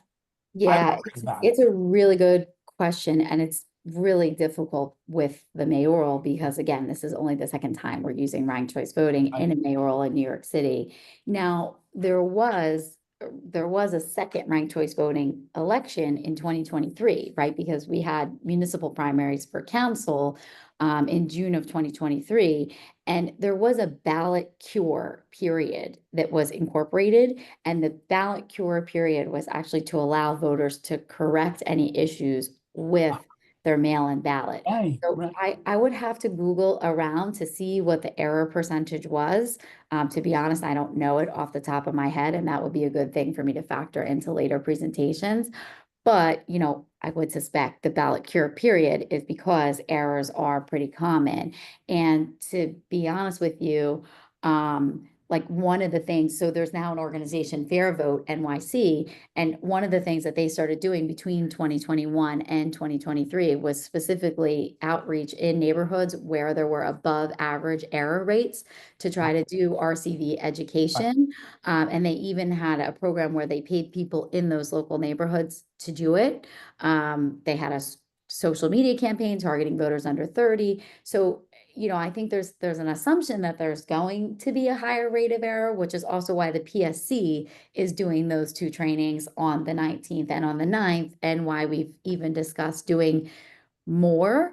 But yeah, I could actually look up and get back to you on the error rate, but I think there's a concern among all activists and actually amongst the city itself that people will fill out their ballot incorrectly. Right, but there won't be a cure period for this election, will I there? don't believe so. I don't believe so, no. And I do, it would be really nice, at least for our PSC people, to just say, when you finish voting, check your ballot. Because it'll be thrown out, and it's a very simple test. Go over every row and every column and make sure there are no two checks in any one of them. Okay, thanks. Absolutely. Yeah, this is a great point. Thank you. Thank Making a you. note. Gloria Paulus. Thank you. Good day, Heather. About a week ago, I attended the PSC mass rally, and someone wrote in the chat that the PSC does not support portions of 1096, which I was not aware of. So I'd appreciate it if you could explain that. Yeah, absolutely. Unfortunately, I could not be at that rally, but I heard that the chat was quite a vibrant place. So look, the policy that the PSC has always had on changes to the administrative code has not been driven by leadership, honestly. It's really been driven by our healthcare experts within the PSC, including retirees who are involved in multiple, groups, obviously, across the city. When we were talking about 12-126, we didn't support that amendment because although we didn't agree with, like, for example, DC 37's rationale for not supporting it, we had concerns about how it could potentially erode retiree benefits. The concern with 1096 is similar, okay? We are friendly with Councilmember Chris Marte. We were actually the first union to endorse him in the first race where he won by a very narrow margin. So we have a very open line of communication with him. But members of our health strategy advisory team have said that there are some language issues that they feel need to be addressed. Of course, we want to be prepared if for some reason litigation and the courts stop going in our favor, right? Like, we don't want to be caught flat-footed if suddenly the court cases stop breaking for us. At the same time, we don't want to say, okay, you know what, forget the court strategy, we have 1096 now, and end up, usurping the legal decisions with something that actually puts us in more danger. So some of the concerns that were relayed to me were with the word diminish. And look, I think Council Member Marte would say that there could be edits to the bill, right? The word diminish because some, not us, not the PSC at all, but some have made the argument that because MA plans cap out-of-pocket spending and have supplemental benefits. They are actually enhanced plans. You probably heard this out of Mayor Adams' mouth. So the concern is like, okay, well, how can the word diminish be adjudicated in court? Like, is putting that into legal language actually strengthening, or could it hurt retirees? Because if you have 1096, presumably then you're resetting litigation, right? So there'll be lawsuits over that language. Another part that was addressed to me was the text that says Medicare pays 80% of benefits, but it's only actually relevant to Part B. So it's not inclusive of like hospital or RX coverage where, because co-insurance and deductibles there apply. So, does that lack of clarity ultimately matter if 1096 ends up in the courts? So, I was in an earlier meeting with some folks who care a lot about this particular issue, of course, which all of us do, particularly like the social safety net group. And, some have said, like, why don't we try then to rewrite 1096? And my suggestion had been, why don't we try to actually work on new policy legislation so that if the court strategy does fail, we have something else. But I think, to me, we've always been like the rational actor in this space. We've always used our experts to give advice to council members, to talk about, what we could do, right? Especially to help give clarity on some really, really confusing issues, right? Like, I think very few people in the city actually have a full understanding of like the trust fund and the different things that we could do to try to adopt price control strategies, and the ways that we could try to convene thought leaders to really just see the issue in a new way. And so, I mean, if we can hold that space and make sure that if we get legislation, it's good legislation, that's, I think, the priority. And that's really coming not from me, but by people who know healthcare much better than me and have commented on the bill. Yeah, so the PSC has not come out in support of 1096. That is accurate. Okay, I don't see any other hands, but I'm being told that there are 3 hands being Yeah, raised. I there's, think Erwin Yelowitz is next. I Okay, think I have Erwin. Gloria Paulus. Yeah, we just spoke. just heard from Gloria Paulus. Oh, sorry. Okay, so, I think, So Erwin, Erwin. and I think Evie, were the other 2 people? That's all I see right now. Okay, and then we're gonna stop the questions because we have another speaker, and Bonnie has some announcements. Erwin, Yes, thank you. And concerning Adrian Adams, it seems to me among the many points that you made, Heather, the most important one is that her voting base is in the same areas that Cuomo's voting base is. And that this is very important for those of us who are thinking from the retiree point of view, and not from the overall PSC point of view, but from the retiree point of view. Having Cuomo as our mayor would be about the worst thing that we could possibly think of, because it would be Adrian Adams all over again. It would be Adams, our present mayor, all over again, but in a much larger context, a much more powerful context.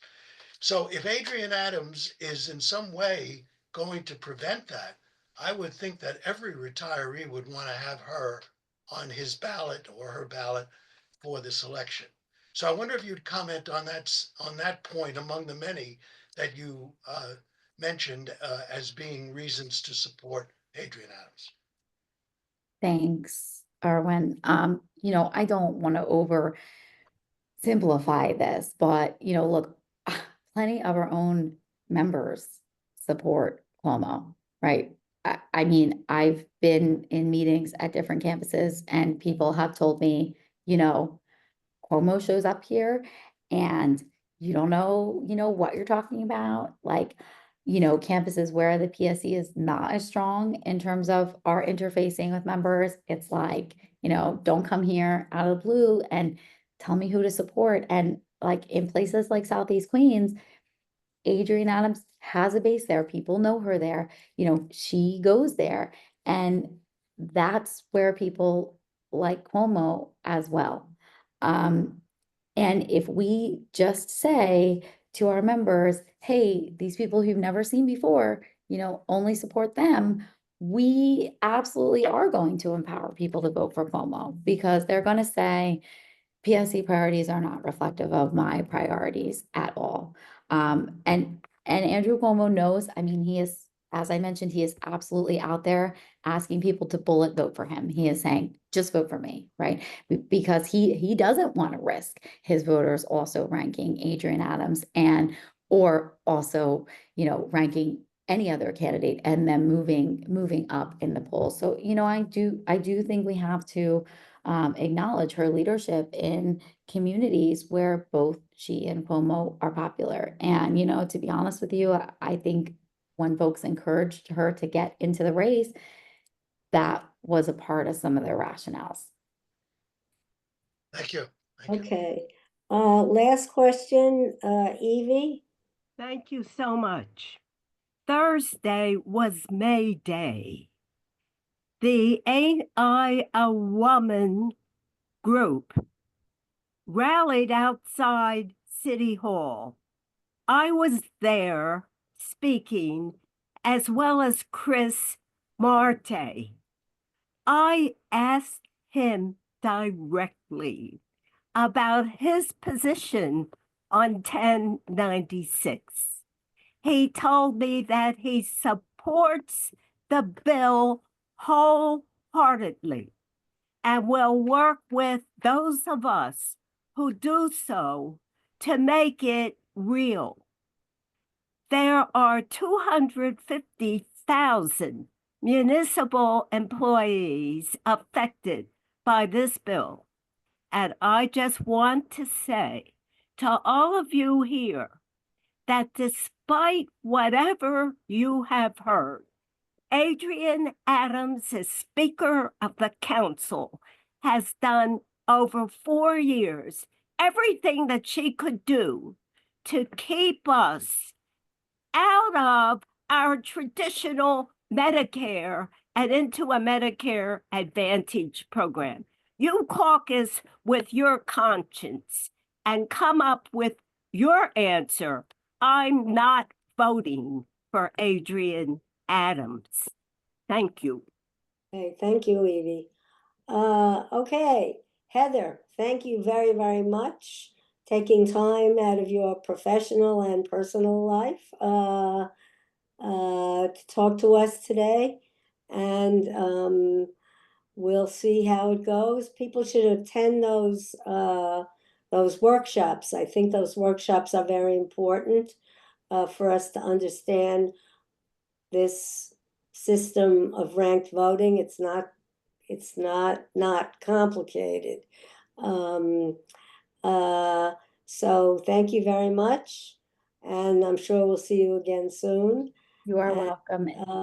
Can I just say before I go, Absolutely. has not said that she supports MA+. I just want to say that the PSC, I would not come here and tell you that the PSC is supporting someone who has said we support Medicare Advantage. I just want to put that on the record. Chris Marte is the bill sponsor. We're very friendly with Chris Marte, and we should absolutely continue the conversation. But I just wanted to say that, I truly believe that the PSC supports retirees. I'm happy to be here. And we would absolutely not say, oh, Adrienne, you support MA+, you're on the record as doing that. We don't care, whatever. So I just wanted to put that out there before I go. But thank you. Thank you, Anne, for having me. And I'm sure this conversation will continue. Thank you. Thank you very much, Heather. All right. Okay. We have a couple of announcements from Bonnie, and then we're going to hear from Michael Foley of the Welfare Fund. Bonnie? Okay, sure. The PSC has been very active in organizing various groups to react against the Trump administration and all that they are trying to do attacking universities, attacking immigrants, attacking the social safety net. There are now 6 working groups that are active in trying to prevent Trump from walking all over us. I will put a link into the chat where you can see what the working groups are and can have an opportunity to join them. And also the PSC every Wednesday is holding What We Want Wednesdays, where people each week they're focusing on a different on something different to to call our representatives about. And last week, actually, 2 weeks ago, the focus was on protecting our pensions. So put a link in the chat for What We Want Wednesdays as well, and then you can take an opportunity to join those groups. Also, there's a petition to the chancellor to tell CUNY no ICE on campus and to protect immigrant students. And I'll put that link in the chat as well. Okay, thank you, Bonnie. Michael Foley, you still with us? I am here, Ann. How are you? Okay, you're on. Thank you very much. What a great meeting. This is just really dynamic stuff, and it's a pleasure for me to sort of listen to everyone's concerns. If we have not had the pleasure, my name is Michael Foley. I'm the Director of Communications for the PSC CUNY Welfare Fund. We provide your drug, dental, hearing, and vision benefits, along with a few other things in retirement. I'm happy to be here just to take some questions. I don't have anything real specific to discuss today, but I'm happy to take any questions or concerns that you may have regarding any of those benefits. Number one, I just want to remind everyone, did everyone get their Medicare Part B reimbursement checks on time this year? Always curious to hear that. Good, good. Glad to hear it. As a reminder, IRMA checks come out in the fall. To the best of my knowledge, I've not checked in a couple days. We lost you. We lost the sound. How about now? Now is good. Good. All right. Reminder, IRMA checks come out in the fall. And as I was saying, to the best of my knowledge, I haven't checked in the last couple days, but the IRMA application for 2024 has not been released yet.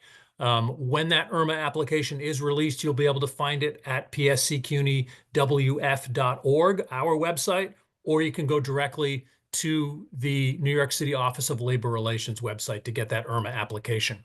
As I think everyone understands, the IRMA application, if you're over that income threshold and you're an IRMA person, the application has to be filled out each time you claim the benefit. The Medicare Part B is one and done. Any questions, any concerns? Francine. Just got to unmute yourself there, Francine. Yes. Fabulous. I have a question. I Yeah. mean, you can maybe point me to where I can find the information. My husband is on Ozempic, which Okay. costs an arm and a leg. And Yes. yesterday I went to our drugstore Yeah. and he told me that my husband, I didn't have to pay a cent because he reached a catastrophic. Yes. What? Absolutely. So I what's don't going understand. on? Yes. So this has been a significant change, and I'm glad you brought this up, Francine. So what happened, thanks to the Biden administration, was there were some significant changes in Medicare-based prescription drug plans. All of your drug plan through the Welfare Fund is a Med D plan. It's a Medicare-based drug plan, SilverScript. A change during the Biden administration capped your out-of-pocket expenses at $2,000. Once you reach that $2,000 threshold for medications, then you no longer pay anything. Now, what the Welfare Fund did is we assumed some of those costs that the Biden administration was passing along to citizens like yourselves. So actually for you as PSC CUNY Welfare Fund members, your threshold is actually closer to $1,550. So once you reach that threshold, then you're not going to incur a large amount of drug costs. For the rest of the For the rest of the calendar year? year, for the rest of that calendar year. So generally, Medicare did a few studies and they found that if you're not taking extremely expensive medications, you generally reach that threshold around this time of year, if not a little earlier. So I would say that welfare fund members like yourselves probably have already reached that threshold. If you have specific questions, and before I leave, I'm going to put my name, my number and my email in the chat. You can call me and I'll get you together with my colleague, Jennifer Melfi, who's an expert on prescription drugs. But this was in general a positive change in that we all are taking medications, and medications are generally extremely expensive. So the threshold is a positive thing. There were some other issues involving copays and whatnot that may not be to everyone's pleasure, but I think that's what you were experiencing. Okay, I mean, we're only in May and he spends hundreds of dollars, so this is fantastic. Yeah. So yeah, and anyone that else has either experienced that same situation or have not experienced that situation where you think you may have reached that threshold or you're not sure, just call us and we can help. Okay, great.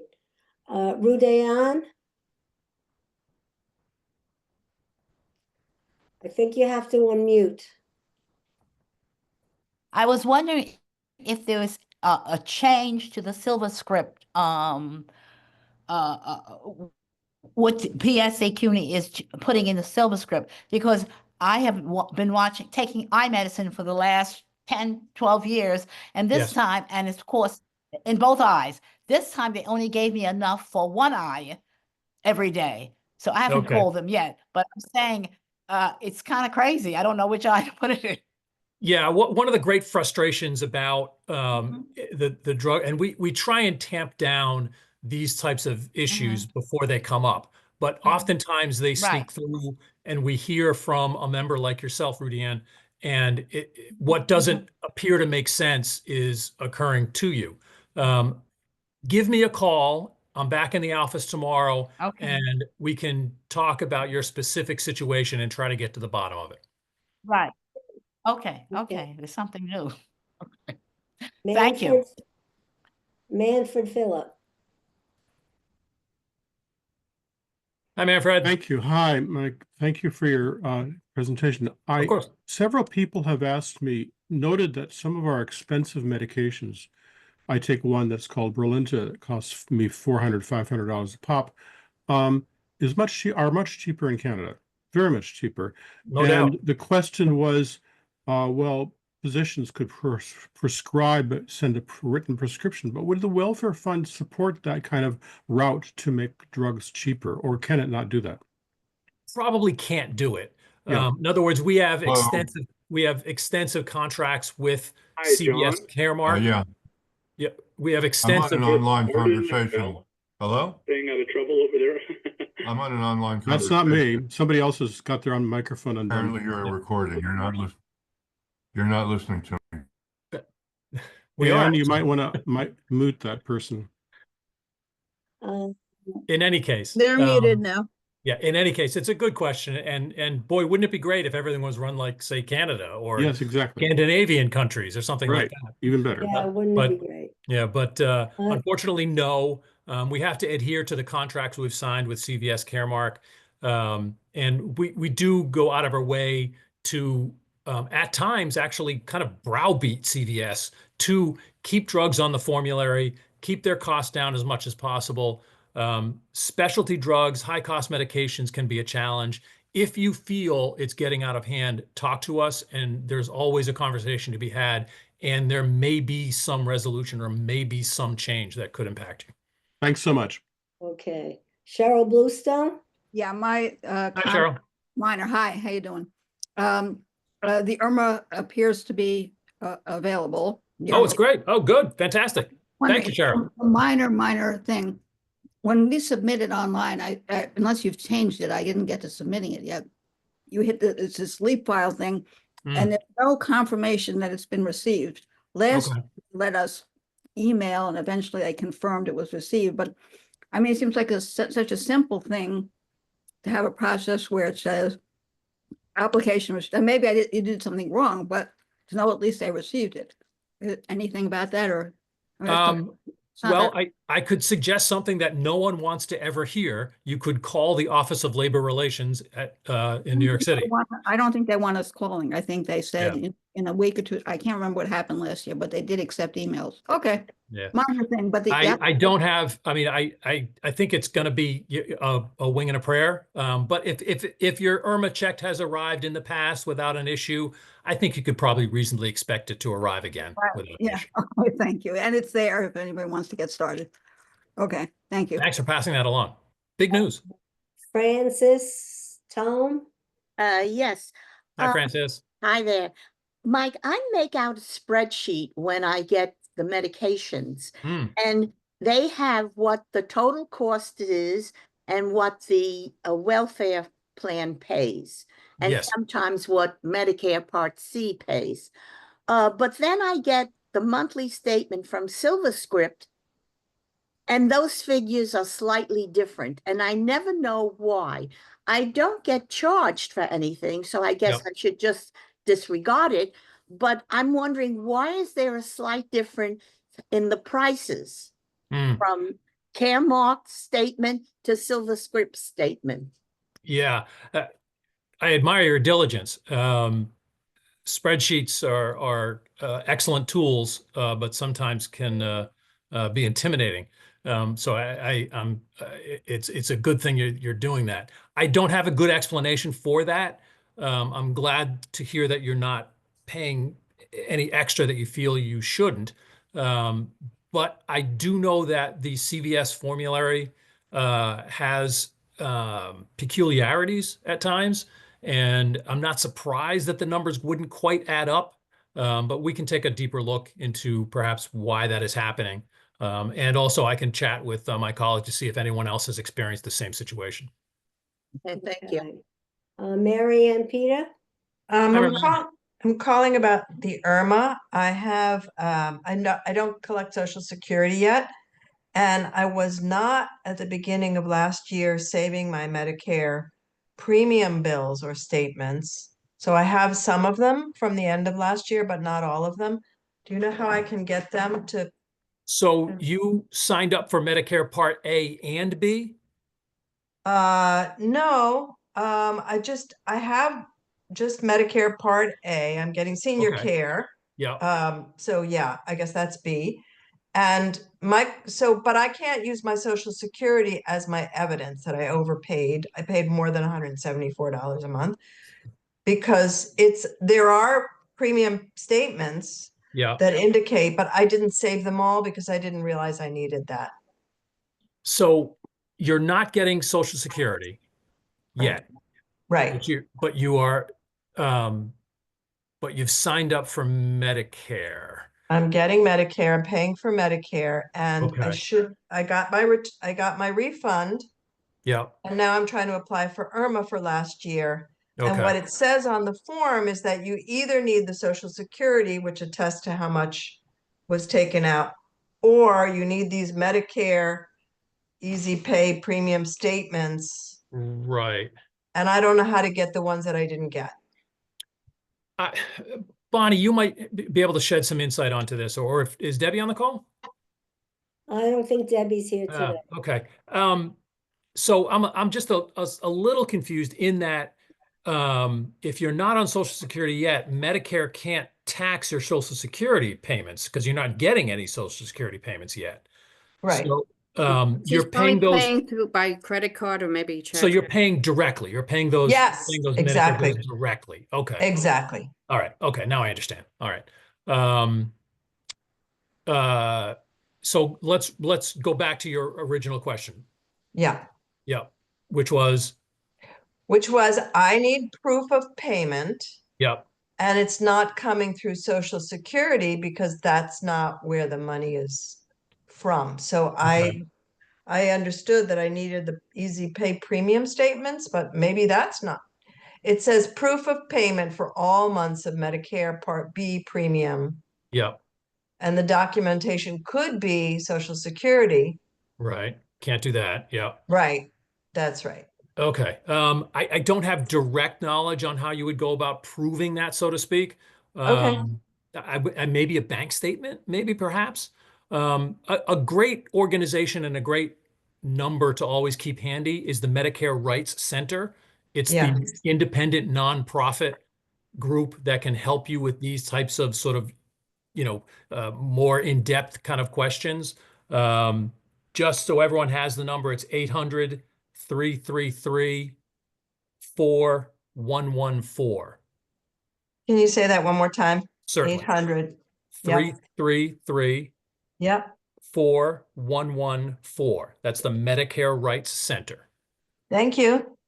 I should also say some people put comments in the chat. Someone said they submitted Okay. some credit card statements Okay. as proof Okay. of payment.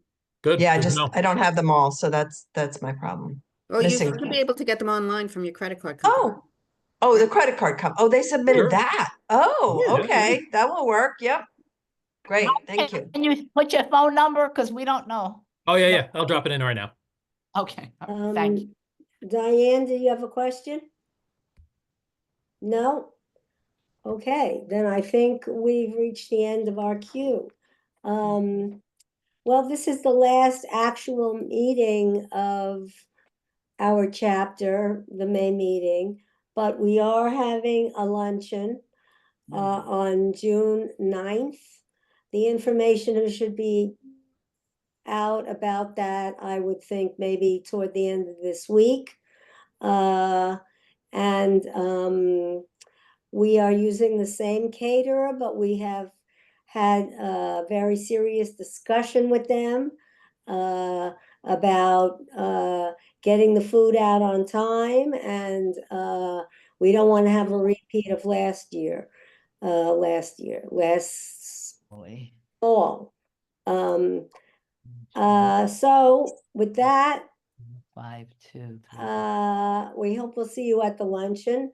And thank you very much, Michael. Always a pleasure to have you. Always got the answers. And if not, we'll look for them and help us find them.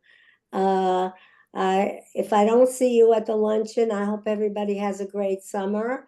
And we'll see you in September. And look for a summer issue of Turning the Page. I look for a summer issue of Turning the Page. Okay, guys. Okay, thank you. Be well. Thanks, I got it. It's very important. Okay, good.